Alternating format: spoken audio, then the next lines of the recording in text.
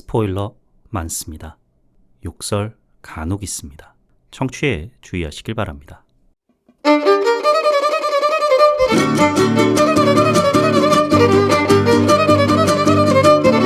콘텐츠 대홍수 시대. 요즘 뭐 보시나요? 전 이거 봅니다.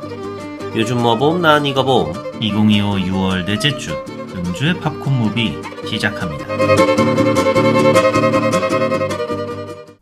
안녕하세요. 요즘 뭐 봄? 난 이거 봄. 요봄 남봄 진행자 롤린스입니다. 음주의 박스오피스 시간입니다. 국내 박스오피스 먼저 살펴보겠습니다. 드래곤의 비상은 계속됩니다. 드래곤 길들이기가 3주 연속 1위를 차지했습니다. 주말 3일 동안 21만 3천 명을 불러 모았고 누적 관객 수 128만 명 넘겼습니다. 이번 주에 개봉하는 F1 더 무비에게 아마도 IMAX 4D 특별관을 전부 내어줄 것 같죠? 지금부터 드래곤 길들이기가 펼칠 흥행 비행의 종착지는 어디일지 지켜보도록 하겠습니다. 2위는 21만 1000명 기록한 픽사 신작 엘리오입니다. 고작 2000명 차이로 2위에 랭크됐습니다. 누적 관객 수 25만 명입니다. 픽사라는 이름값에 비하면 실망스러운 성적이 아닐 수 없습니다. 디즈니 최고 경영자가 작년인가 재작년인가 실적을 올리기 위해 당분간은 속편에만 집중하겠다 밝혔던 걸로 기억합니다. 그 청사진에 픽사도 포함이 됐어요. 토이스토리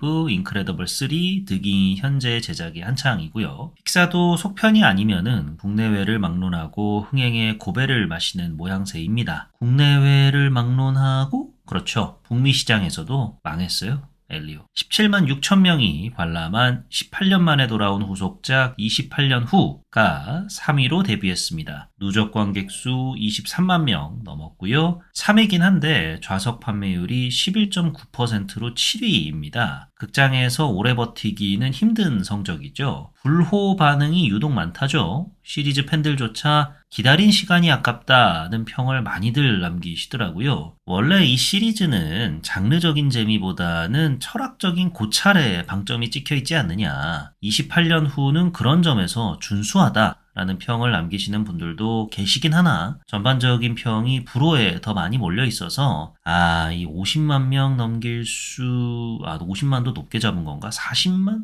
아니 35만 명은 넘길 수 있을런지 28년 후에 2주 후 앞날이 깜깜하기만 합니다. 4위는 13만 9천 명 불러 모은 하이파이브입니다. 누적 관객 수 173만 명 넘겼고요. 주말 동안 7만 1000명이 관람한 미션 임파서블 파이널 레코닝이 5위를 기록했습니다. 누적 관객 수 330만 명, 2025년 한국 극장가 흥행 1위, 야당과의 격차는 이제 7만 명으로 좁혀졌습니다. 외화지만은 그래도 탐형이니까 7만 명 격차 넘어주기를 내심 응원해 봅니다. 그 다음에 6위 신명 누적 관객 수 70만 명 넘겼고요. 7위 알사탕, 8위 CGV 단독 개봉작 퀴어 등이 보이네요. 그럼 북미 박스오피스로 넘어가 보겠습니다. 국내에서는 3주 연속, 국내보다 일주일 늦게 개봉한 북미에서는 2주 연속 드래곤 길들이기가 1위에 올랐습니다. 3,650만 불의 수익을 거두었고 북미 누적 수익 1.6억 불 달성했습니다. 전 세계 수익은 3.6억 불에 근접했고요. 지금까지 거둬들인 수익만으로 벌써 애니메이션 드래곤 길들이기 2편과 3편의 북미 수익과 엇비슷해졌습니다. 이런 흐름이라면은 애니메이션 1편 북미 수익 2.1억 불도 넘길 수 있을 듯 보입니다. 북미 수익, 전 세계 수익 모두 시리즈 새 역사를 실사판 드래곤 길들이기가 써내려갈 듯 하네요. 2위는 한국이랑 순서가 뒤바뀌었네요. 3천만 불 벌어들인 28년 후입니다. 금요일에 개봉해 북미 수익은 주말 수익과 비슷하고요. 전 세계 수익은 6천만 불입니다. 28년 후는 28땡땡 후 시리즈 중에 가장 많은 제작비가 투입된 작품입니다. 2002년 개봉작 28일 후는 800만 불, 2007년 개봉작 28주 후는 1,500만 불이었는데 28년 후는 6천만 불입니다. 데니 보일 감독 커리어상 최대 제작비 투입작이기도 하고요. 주말 수익 3천만 불은 28땡땡 시리즈 중에 최대 수익입니다. 어찌저찌 손익분기점은 넘길 것으로 보이지만 제작비의 배가 넘는 수익은 적어도 북미 시장에서는 거두기 어려워 보입니다. 북미 시장에서도 28년 후에 대한 관객들 평가가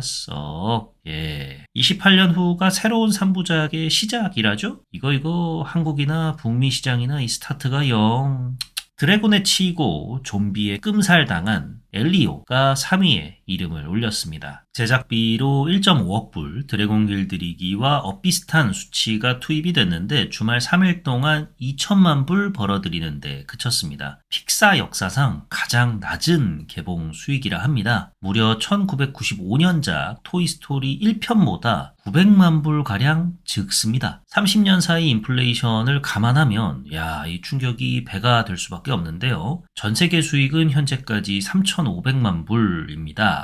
망했죠. 영화는 픽사 작품답게 훈훈하고 감동적이고 잔잔한 울림이 있다던데 수익마저 너무 잔잔하네요. 안타깝습니다. 4위부터는 100만 불대로 수익이 줄어듭니다. 970만 불 벌어들인 릴로와 스티치가 4위로 북미 시장 3.8억 불, 북미 수익 9.1억 불 돌파했습니다. 북미 시장 4억 불 돌파는 기정사실화 됐네요. 파이널 레코닝이 640만 불 기록하면서 5위로 내려앉았습니다. 북미 수익 1.7억 불, 전 세계 수익 5.4억 불이고요. 지난주 대비 3계단 떨어진 머터리얼리스트가 6위입니다. 580만 불을 벌어들이면서 북미 수익 2,300만 불, 전 세계 수익 3,100만 불 넘겼습니다. 스티치, 파이널 레코닝 다음이라 그런지 수치가 조금 소소하죠? 제작비도 앞선 두 작품에 비해 소소한 2천만 불 수준이라 탐형처럼 셀린송 감독, 손익분기점 걱정 안 하셔도 되시겠습니다. 7위, 8위, 9위 다 보던 이름들입니다. 발레리나, 베스트키드, 국내에는 이제 VOD로 서비스가 시작된 파이널 데스티네이션 등등입니다. 발레리나는 이제 북미 수익 5천만 불, 전 세계 수익 1억 불 넘겼습니다. 9천만 불 제작비를 생각했을 때 손익분기점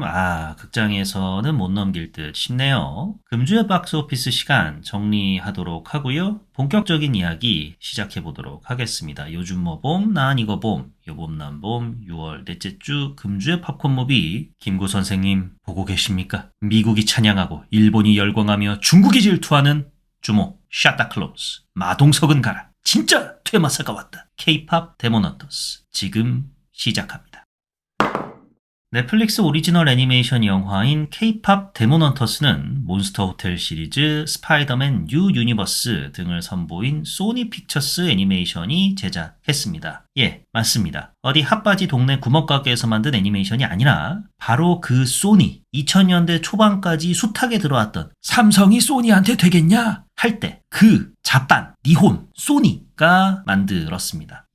소니 픽처스는 미국 법인이잖아. 거슬러 올라가면은 일본 소니 그룹이 있긴 하지만 국뽕도 정도껏 좀 해라 하실 수 있는데 오늘은 좀 폭주하겠습니다. 영화가 절 이렇게 만들었어요. 보신 분들은 제 심정 이해하실 겁니다. 가장 한국적인 게 가장 세계적인 것이라는 것이 뭔지 이 영화로 깨달았기 때문입니다. 한국계의 매기강 감독과 크리스 아펠한스 감독이 공동 연출을 맡은 K-팝 데모넌터스는 2021년에 본격적인 제작에 들어갔습니다. 매기강 감독은 그 전부터 이 프로젝트를 진행해 왔대요. 애초 기획안도 본편과 비슷한 자신의 존재에 대해 부끄러움을 느끼는 여성 캐릭터를 주인공으로 내세워서 한국의 악귀와 전설을 탐구하는 내용이었다 합니다. 다만 본편보다 예산도 적고 훨씬 어둡고 거친 분위기의 애니메이션으로 기획이 되었대요. K-팝 요소를 본격적으로 스토리에 녹여낸 거는 나중에 이루어졌다 하고요. 그러다가 K-팝이 단순 일시적 바람이 아닌 태풍, 나아가 전 세계 문화산업의 중심에 서게 된 뒤로 프로젝트가 커졌다 합니다. K-팝 산업에 대한 이해, 팬덤의 특수성 등을 전문가들의 도움을 받아가며 연구한 끝에 각본을 완성해냈다 합니다. 또 제목에 버젓이 K-팝이 들어가니까 K-팝 무대 구현에 심혈을 기울여야겠죠? 주인공이 걸그룹이라 있지, 블랙핑크, 트와이스 등등 여러 걸그룹들의 무대를 찾아보고 연구했다 합니다. 극중 등장하는 OST에는 YG 패밀리 프로듀서 출신이자 힙합 그룹 원타임 리더 테디 프로듀서가 설립한 더 블랙 레이블 소속 프로듀서들이 참여했습니다. OST 타이틀곡인 테이크다운은 트와이스가 부르기도 했고요. 아이고 그래 K-팝 방탄소년단 아파트 잘 나간다는 거 나도 알아.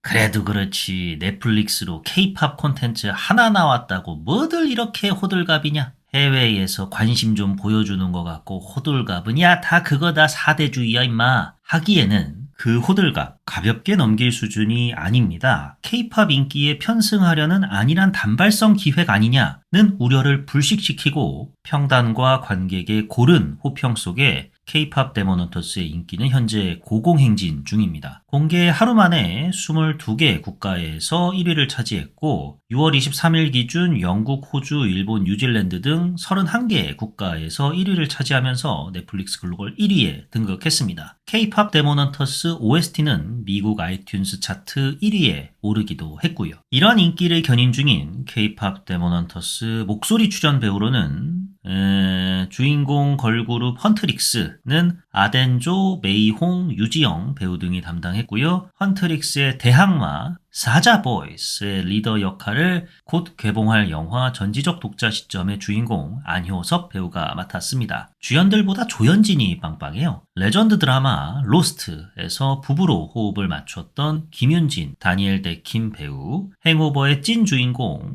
켄정 배우, 마지막으로 목소리 연기진 중 유일하게 영어 대사, 한국어 더빙 모두 맡은 이병헌 배우 등이 목소리 연기를 맡았습니다. 잠깐 나오는 한국어 감탄사 정도 제외하면은 이 영화 전부 영어 대사예요. 줄거리 요약 시작해 보도록 하겠습니다. 때는 현재의 오늘날 대한민국입니다. K-팝이 전 세계를 호령하고 있고 그 중심에는 루미, 미라, 조이, 3인조 걸그룹 헌트릭스가 있습니다. 일거수일투족이 전 세계적 관심사를 불러일으키는 셀럽 오브 셀럽이며 내놓는 곡마다 전 세계를 들었다 놨다 하는 초절정 인기 걸그룹이죠. 허나 이들에게는 켄정 배우가 목소리 연기를 맡은 지근거리에서 헌트릭스를 돌보고 관리하는 매니저마저 모르는 비밀을 갖고 있습니다. 헌트릭스 멤버들의 본업은 아이돌이 아닙니다. 악령을 물리치는 퇴마사, 헌터입니다. 이 뭔 귀신 씨나라 까먹는 왈왈 소리냐? 과거 조선시대부터 한반도에는 악귀들이 들끓었습니다. 악귀야 물러가라. 누가 합니까? 그렇죠. 무당이 하죠. 무당들이 굿할 때 또 뭐 한 퍼포먼스 하잖아요? 퍼포먼스에는 뭐가 담겨있죠? 영빨이 녹아있죠. 그래야 악귀가 물러갈 거 아니에요. 이 영빨이 특히 기가 막힌 무당 3인방이 최초의 헌터가 되었습니다. 영빨에 담긴 어둠을 몰아내는 힘으로 최초의 헌터들은 용기와 희망을 노래해가지고 악귀를 물리치고 사람들 마음속에 유대감을 길러줘 왔습니다. 이 유대감을 바탕으로 이병헌 배우가 목소리 연기한 귀마가 이끄는 악령으로부터 세상을 지킬 방패, 혼문을 만들었고요. 혼문 사이사이로 그래도 악령들이 비집고 들어와가지고 인간들의 영혼을 갉아먹는 일이 안타깝게도 꾸준히 발생했습니다. 헌터들은 귀마와 악령을 영원히 몰아낼 슈퍼 그레이트 울트라 캡숑 방어막 황금 혼문을 만들기로 하죠. 다만 무당이라고 불로장생하진 않잖아요. 그래서 세대가 바뀔 때마다 3명의 새로운 헌터가 선정이 됩니다. 노래와 퍼포먼스로 사람들에게 다가가 혼문을 유지하고 만들어야 하니까 무당에서 가수로 위장 직업이 바뀌게 되었고요. 그렇게 헌터의 역사가 헌트릭스까지 이어지게 된 겁니다. 헌트릭스의 활약으로 헌터의 최종 목표 황금 혼문 완성이 눈앞에 다가왔습니다. 빨리 일을 끝내고 싶어서일까요? 헌트릭스 리더 루미는 유독 휴식은 이만하면 됐지 하면서 활동에 박차를 가하려 합니다. 이거를 대마왕 귀마가 가만히 놔둘 리가 없죠. 가뜩이나 헌터들이 날뛰는 바람에 영혼 섭취량이 줄어들어서 혼불 모양으로 근근히 살아가고 있는 것도 서러워 죽겠는데 황금 혼문까지 완성되면은 아예 봉인되어 버리는 거잖아요. 헌트릭스 요 녀석들 다 죽여버려. 하려는데 안효섭 배우가 목소리 연기를 맡은 저승사자 진우가 묘책을 냅니다. 눈에는 눈, 이에는 이 아닙니까? 저들이 아이돌로 위장한 것처럼 우리도 아이돌로 위장을 해서 헌트릭스의 팬들을 뺏어오겠다. 뺏어온 끝에 귀마님의 파워가 예전처럼 강해지게 된다면 내 기억을 지워달라고 딜을 걸죠. 진우의 계획을 귀마는 반신반의하면서 어디 한번 해봐 라고 합니다. 진우는 동료 저승사자 4명과 5인조 그룹 사자보이스를 결성합니다. 사자보이스는 데뷔곡 소다팝을 버스킹 무대에서 펼칩니다. 색도 시발로 무장한 사자보이스의 화려한 퍼포먼스에 길거리 위 남녀노소 모두가 열광하기에 이릅니다. 알 수 없는 이유로 발성에 문제가 생긴 루미가 동료들과 한의원에 들렀다가 나오는 길에 우연히 사자보이스의 무대를 목격하게 되죠. 헌터들이다 보니까 대번에 사자보이즈 놈들이 악귀라는 거를 알아냅니다. 악귀들이 활개치는 것도 모자라서 팬들까지 빼앗아 영혼을 흡수하려 드는 꼴을 방관할 수 없었던 헌트릭스는 이들을 쫓게 되는데요. 그 과정에서 루미와 진우가 영혼의 다이다이를 펼치게 됩니다. 이리저리 치고받는 사이 한여름 땡볕에도 긴팔을 고수하는 루미의 옷소매가 살짝 찢어지게 됩니다. 찢어진 옷 사이로 동료 헌터들에게조차 감추려 했던 루미의 비밀을 목격한 진우는 순간 당황하게 되는 듯. 과연 루미의 비밀은 무엇일까요? 비밀을 목격한 진우는 어떻게 대응할까요? 혹시 이 비밀 때문에 루미가 활동에 박차를 가하려 했던 걸까요? 진우는 왜 기억을 지워달라 했을까요? 헌트릭스는 사자 보이스의 방해에도 불구하고 황금 혼문을 완성해 너 방어막 성공적을 귀마 앞에서 외칠 수 있을까요? 미국이 찬양하고 일본이 열광하며 중국이 질투하는 그 이유, 지금 넷플릭스를 통해 확인해 보시기 바랍니다. 볼까 말까 기준 말씀드려 보도록 하겠습니다. 볼까 먼저 말씀드려 보자면 제목에 거부감을 보이셨다면 한번 봐보십시오. K-POP 데몬 헌터스. 제목이 직관적이긴 합니다만 좀 많이 오그라들죠. K-POP 파리하려 K-POP 인기의 편승에 만들어진 무늬만 쌀랑해요 한국 작품인 것 같다는 선입견을 영화 제목부터 주고 있다는 인상은 분명합니다. 저도 제목 때문에 영화에 손이 선뜻 안 가더라고요. 뭐 대충 K-POP으로 세상을 구원하라 같은 거겠지. 야 K-POP 그룹들 뭐 세계관이니 뭐 그런 거 좋아하잖아. 세계관 소개 영상에나 나올 법한 오그라드는 연출과 대사의 향연이겠지. 특정 그룹을 주인공으로 내세운 것도 아니고 K-POP이라 내걸었으니 더 우스꽝스럽겠지 했는데 유치해요. 오그라들고요. 근데 줄거리 요약 때 소개해드렸듯 무당에서 가수로 이어지는 헌터의 역사가 꽤나 그럴듯하고요. 한국 고전 문화, 물품에 대한 현대적 해석 또한 빼어납니다. 한국 문화에 대한 전반적인 이해도가 매우 뛰어난 작품이에요. 한국 제작진이 만들었어도 규모의 차이 정도를 제외하고 이 정도로 섬세한 결과물이 나왔을까? 힘들 것 같은데? 라는 생각이 들 정도로요. 제 아무리 영화 내 볼거리가 풍부하다 해도 디테일에서 흠을 보이게 되면 집중력이 팍 식게 되잖아요. 영화 블랙팬서의 싸고치기 좋아하는 애들이라고? 노가치? 부산 아지매가 대표적이죠. 경상도 사투리 잘하는 중년 여배우 한국에서 데려오기 돈 아까워가지고 대충 처리했다가 한국 관객들로부터는 웃음거리가 돼버렸잖아요. 어벤져스 에이지 오브 울트론에서는 실제로는 없는 실내 인테리어를 지닌 서울 지하철이 나오기도 했고요. 데몬 헌터스에서는 이런 걱정하실 일이 없다. 디테일을 챙겼으니까 이제 볼거리로 가야죠. K-POP이니까 K-POP 무대가 제대로 구현이 돼야 하잖아요. 이 영화를 방구석에서 보면서 그런 생각을 했어요. 요즘 버추얼 아이돌이 또 대세라죠? 버추얼 아이돌 그룹 플레이브 콘서트는 연일 매진이고요. 플레이브 콘서트장을 가면 이런 느낌일까? 라는 인상을 받을 정도로 영화 속의 K-POP 노래 자체의 완성도와 무대 배경, 안무, 연출 등 퍼포먼스가 아주 훌륭합니다. 카메라 워킹부터 조명까지 실제 콘서트 실황 영상을 보는 것 같았어요. 제작진이 K-POP 무대에 대한 공부를 정말 많이 했겠구나 싶더라고요. 데몬 헌터스로서 악귀 때려잡을 때의 액션도 호쾌했고요. 제목이 좀 유치하긴 하지만 제목만 신경 끄고 보시면은 새로운 세계가 펼쳐질 겁니다. 호불호는 뭐 나중 문제고요. 일단은 이런 한국을 소재로 해가지고 세계적으로 뜨거운 반응을 몰고 오는 작품이 있다 하면은 봐주는 게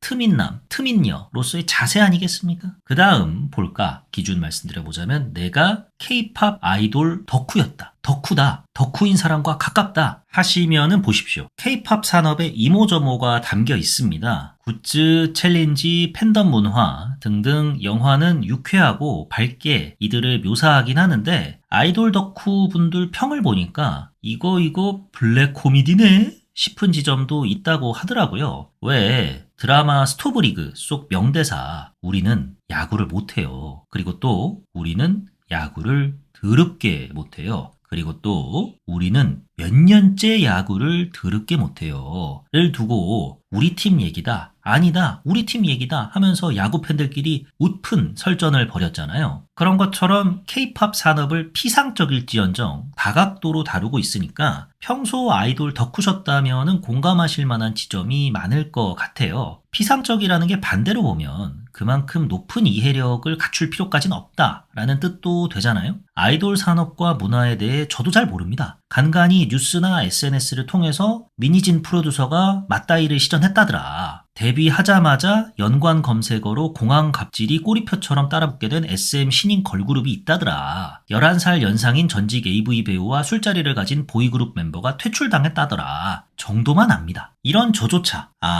이거는 아이돌 산업에 좋든 나쁘든 이런 문화 저런 문화를 묘사 혹은 풍자했구나를 대번에 읽을 수 있었으니까 아이돌 덕후인 사람과 대화를 나누고 싶으신 분들이라면은 K-팝 데몬헌터스를 통해 말문을 틔우실 수 있을 듯 합니다. 말가 기준 말씀드려보도록 하겠습니다. 유치 짬뽕 애니메이션 난 도저히 오그라들어서 못 보겠다 하시면 보지 마십시오. 색깔이 선명한 작품입니다. 과장된 표정, 극단적인 감정 표현, 단순한 스토리, 급조된 화해 등등 애니메이션 특유의 작법이 고스란히 반영된 영화입니다. 섬세한 묘사에 화려한 볼거리를 자랑하더라도 결국 영화의 뼈대는 줄거리다. 애니메이션적 특성을 감안하더라도 자기적이고 급작스러운 전개에 나는 알레르기성 반응이 있다 하시면은 굳이 시간 내서 보실 필요는 없으세요. 그럼 영화 K-팝 데몬헌터스를 보고 제가 느꼈던 좋았던 점과 아쉬웠던 점에 대해서 말씀드려 보도록 하겠습니다. 먼저 좋았던 점. 언급드렸듯이 이 영화 한국 아이돌 산업 나아가 문화 전반에 대한 이해도가 매우 높습니다. 높은 이해도를 활용한 방식도 꽤나 세련됐고요. 한국을 배경으로 만든 드라마나 영화는 블랙팬서뿐 아니라 은근히 많죠. 가장 최근에는 넷플릭스 드라마 엑소 키티가 있었고요. 할리우드 작품뿐만이 아닙니다. 좀 된 작품들이긴 한데 2002년 개봉한 최민수 배우 출연작 일본 영화 서울도 있고 2005년 개봉작 양조희 배우 주연 서울공략도 있습니다. 이들 작품에서 한국은 마치 우리가 할리우드 영화를 보면서 뉴욕을 동경하고 넷플릭스 드라마 에밀리 파리에 가다를 보며 파리를 열망하듯 묘사되어 있어요. 세상 힙하고 정의롭고 삐까뻔쩍하죠. 근데 아시잖아요. 영화 속의 뉴욕과 실제 뉴욕이 다르듯 한국 모습도 실제로는 꽤나 다르지 않습니까? 왓챠피디아에 남겨진 엑소키티 시즌1 베스트 감상평이 에밀리 파리에 가다를 보던 파리지행의 심정이 이런 것일까?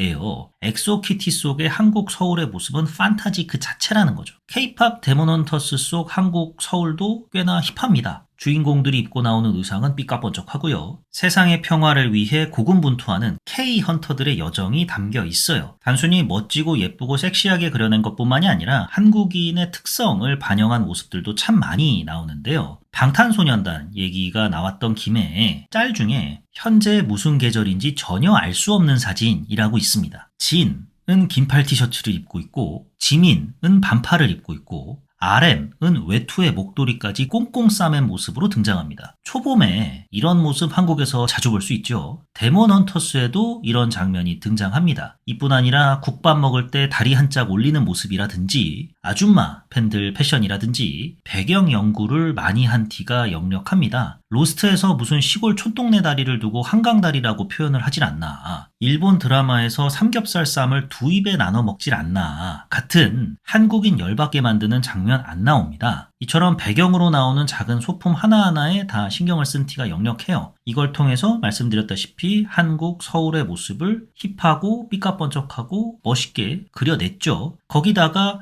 헌트릭스의 노래들도 가사를 좀 살펴보잖아요. 요즘 K-팝 트렌드가 한껏 녹아 있어요. 이제는 K-팝 아이돌들이 사랑 얘기를 전면에 내세우진 않잖아요. 타이틀곡에는 주로 나 자신에게 자신감을 불어넣어주는 자기 긍정적 가사가 많이들 녹아있는 추세죠. 희망, 용기, 자유 등 긍정 긍정 긍정 가사 덕에 K-팝이 또 유독 전 세계 미디어로부터 주목을 받는 이유이기도 하고요. 영화의 핵심 메시지가 곧 헌트릭스가 선사하는 노래 가사다 보니까 이 참 교훈적인 작품이에요. 결말도 좋잖아요. 룸이랑 진우가 눈 맞아가지고 행복하게 살았답니다가 아니라 더 이상 숨지 않고 나만의 모습, 본인의 모습, 있는 그대로의 모습으로 내가 가장 사랑하는 사람들, 우리 멤버들과 팬들 앞에 서겠다. 않습니까? 진우 또한 본인의 과오를 받아들이고 희생으로서 반성하고요. 여기에 루미가 각성을 해가지고 멤버들과 함께 울트라 초강력, 울라짱 블루짱 캡숑 칼부림으로 이병헌 물리치고 좋아요. EBS에서 방영해도 되겠어. 이외에 정영돈, 데프콘을 연상케 하는 아이돌쇼 진행자들, 안효섭 배우가 목소리 출연을 해서인지 드라마 산에 맞선 주제곡 멜로망스 사랑인가봐가 한국 드라마 클리셰 장면 재현할 때 나온다든지 설마 너는? 아까 그 싸가지? 나오나 했는데 바로 나오니까 괜히 반갑더라고요. 여튼 한국 풍경과 아이돌 산업 등등에 대한 이해도가 훌륭하더라. 여기까지만 그려냈으면 좀 섬세한 터치를 가미한 한국 파리 작품이겠구나 싶을 수 있는데 제가 지금까지는 그 영화 속에 좀 긍정적인 요소들만 말씀을 드렸잖아요. 아이돌 산업의 암 같은 것도 이 작품은 담아냈습니다. 아이돌 산업의 위선이라고도 볼 수 있겠고요. 이런 것들이 살짝 녹아 있어요. 애니메이션에서 이런 접근을 했다는 게 저는 꽤나 흥미로웠는데요. 휴식 없이 살인적인 스케줄을 소화하는 아이돌 가수들, 또 팬들이 준 선물을 내다버리는, 물론 극중에서는 사자보이즈가 악귀이기 때문에 인간 따위가 준 선물은 거들떠도 보지 않는다긴 하지만 팬들이 준 선물이나 편지 등을 소홀히 다뤄서 논란이 된 사례는 연예계에 종종 있어 왔잖아요. 이처럼 데몬헌터스는 단순히 쌀랑해요 한국 김치 맛있어요 수준에서 머물지 않습니다.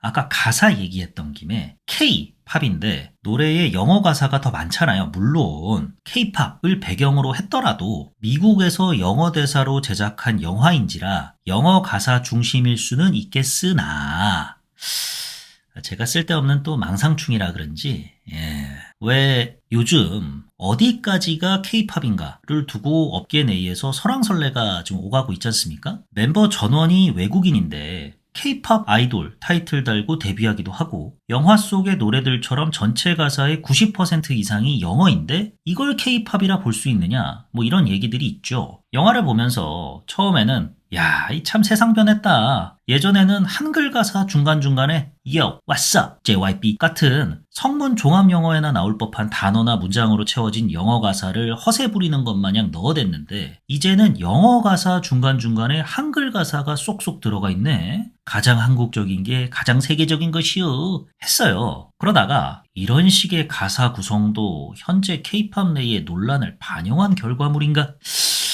쓸데없는 망상, 왈왈 소리로 짓거려 왔고요. 이러한 한국 문화에 대한 높은 이해도 바탕으로 구현해낸 스토리, 퍼포먼스로 우리 민족의 얼을 달랬던 무당들이 현대사회로 넘어와서는 아이돌 걸그룹이 되어서 전 세계 사람들을 하나로 이어주는 가교 역할을 하고 있다. 이 현대적 재해석 놀랍지 않습니까? 결말도 언급드렸듯이 깔끔하고요. 결말로 나아가는 과정이 너무 급작스러워서 문제지. 현대 재해석의 끝이 캐릭터 디자인이에요. 헌트릭스랑 사자보이스 의상은 물론이고 그들이 사용하는 무기 디자인, 악귀들 외형까지 한국 사람보다 한국을 더 잘 아는 것 같아요. 데몬헌터스 제작진 아마 외국인이라서 이런 과감한 접근이 또 가능했다고 봅니다. 한국 제작진이었다면 눈치 볼 게 많았겠죠. 자본이 부족한 상황 속에서 흥행을 반드시 해야 하니까 이거 넣어야 되나? 저거 빼야 하나? 이런 고민들을 많이들 했을 것이고 부족한 제작비로 제대로 구현하기 힘들 수 있는 씬들도 있을 거고요. 닦아놓고 또 고증 부분에서 저는 이게 은근 의미심장한 부분이라고 생각을 하는데 고증 부분에서 외국 제작진이 살짝 틀렸다 하면은 그럴 수도 있지 뭘 그려 하고 한국 관객들이 넘어가 줬겠지만은 한국 제작진이 그랬다 하면은 야 이 매국노 새끼야 하곤 하니까 이도저도 아닌 게 나올 가능성이 왠지 더 높을 것 같아요. 그래도 한국 제작진이 풀파워로 각 잡고 만들어도 데몬 헌터스만큼 나오기는 힘들 것 같긴 합니다. 캐릭터 디자인 중에 얘네들 까먹을 뻔했네. 호랑이랑 까치 디자인 이거 누가 한 거예요? 졸기 졸라 귀여워 진짜. 처음에는 저승사자 쪽 동물이다 보니까 무서운 분위기 풍기면서 쓱 등장했다가 귀염귀염 모드로 바뀌잖아요. 호랑이랑 까치 얘네 만약에 데몬 헌터스가 시리즈로 연속적으로 나오게 된다면은 즉시 굿즈가 출시되겠던데요? 저도 호랑이 사고 싶습니다. 까치도 너무 힙해요. 딱 갓을 쓰고 있는 게. 그 조그만한 갓을 원래는 그 호랑이가 써야 된다는 거잖아요? 그런 상상을 또 해보니까 너무 귀여워 죽겠더라고요. 또 뭐 무대 연출 좋다는 점은 볼까 기준 언급 드릴 때 말씀을 드렸었죠. 정말 황홀했고요. 그럼 아쉬웠던 점으로 넘어가 보도록 하겠습니다. 캐릭터 디자인이 참 좋다고 말씀을 드렸잖아요. 근데 병원이 형 귀마는 꼭 그렇게 디자인을 했어야 합니까? 너무 없어 보여요. 그냥 그 하울의 움직이는 성에 주방에 있는 불꽃 있잖아요. 걔가 좀 커지면 귀마가 될 것 같아요. 그 정도로 좀 혼불을 형상화했다고는 하나 좀 대충 한 거 아닌가. 다른 캐릭터 디자인들이 너무 훌륭하니까 그래도 최종 보스인데 좀 별로지 않나 라는 생각을 했었고요. 좀 아쉬웠어요. 또 이거는 제작진의 탓은 아니고 AI 기술 발전을 탓해야 할 것 같긴 한데 주변 배경인물들 있잖아요. 뭐 군중들이라든지 AI 이미지 보는 것 같더라고요. 그 제미나이인가? 챗GPT 소라인가? 그걸 통해서 왜 요즘 별의별 영상들 다 그럴듯하게 만들어내잖아요. 근데 아직도 특유의 AI 질감이 남아있지 않습니까? 그 AI 질감이 가득 담긴 제미나이의 이미지가 이 영화에서 계속 아른거립니다. 진짜로 제미나이를 썼나라는 생각이 들 정도로 그런 이미지를 보는 것 같은 느낌이 살짝 들어가지고 괜히 제작진의 노력에도 불구하고 좀 집중에 방해가 될 때가 살짝 있더라고요. 그 다음에 아쉬웠던 점은 얼굴 근육이 좀 많이 부족하더라고요. 노래는 절정에 치달았는데 가수들의 표정은 상대적으로 평온해 보이니까 감정이입이 제대로 좀 전달이 안 되는 부분이 있었습니다. 왜냐면 가수들의 퍼포먼스에 있어서 안무도 매우 중요하고 뒤에 무대 연출도 중요하겠습니다만 얼굴 표정, 감정 전달하는 그 미세한 근육의 떨림 이런 것들이 음악에 대한 감상을 배가시키는 포인트잖아요. 룸이나 혹은 뭐 헌트릭스 멤버들이나 뭐 진우나 이런 캐릭터들의 얼굴을 싹 비출 때가 있는데 노래는 지금 막 바이브레이션 엄청 들어가고 엄청난 고음인데 얼굴은 평온해 보이니까 이 뭐야 뭐 사이버 가수 아담이야? 뭐 이러면서 이제 좀 보게 되는 게 없지 않아 있었어요. 퍼포먼스를 대단하다라는 생각이 들 때마다 저 얼굴 근육은 좀 아쉽다 라는 생각에 집중이 살짝 깨질 때가 있었다. 이 점을 또 아쉬웠던 점으로 꼽고 싶고요. 또 뭐 마지막으로 아쉬웠던 점은 루미가 정체성의 혼란을 겪다가 김윤진한테 가가지고 나 죽여달라 라고 하니까 그거를 김윤진이 거부하잖아요. 그러면서 이제 뭐 악귀는 물리쳐야 될 존재고 너는 곧 괜찮아질 거야 이러면서 이제 설득을 하고 악귀는 물리쳐야 되는 존재야 라고 하니까 자기 부정을 계속해서 이어가야 된다는 현실에 분개를 하잖아요. 그래가지고 이제 흑화를 하나? 혹은 뭐 또 다른 감정의 변화를 일으키는 순간들이 나오려나 했는데 그냥 바로 콘서트장으로 가버리잖아요. 그런 그 절정부의 이야기 흐름이 급전개되다 보니까 뜬금없긴 했습니다. 멤버들이 루미한테 이제 그동안 우리한테 자신의 정체를 숨겼다는 거에 대해서 배신감을 느꼈는데 갑자기 루미가 등장하니까 루미 하면서 같이 이렇게 춤을 추는 게 저게 맞아? 라는 생각을 하면서 너무 이거 결말을 위한 급전개다. 자기적이다. 라는 생각을 하면서 보게 됐습니다. 이왕 이렇게 K-POP 데몬 헌터스 흥행하게 됐으니까 2편은 살짝 15금 버전으로 가가지고 루미 엄마와 루미 아빠 간의 금지된 사랑 이야기 한번 좀 적나라하게 다뤄줬으면 좋겠어요. 그러니까 악귀랑 루미 엄마가 두 분이서 이제 이 빅뱅을 했다는 거잖아요. 궁금한데요? 여기까지가 영화 K-POP 데몬 헌터스를 보고 제가 느꼈던 좋았던 점과 아쉬웠던 점이었습니다. 영화 K-POP 데몬 헌터스에 대한 제 별점은 3.0 나쁘지 않은데 입니다. 아니 이 새끼는 무슨 한국 배경을 섬세하게 다뤘다. 아이돌 산업에 대한 이해도가 좋다. 암까지 다뤘다.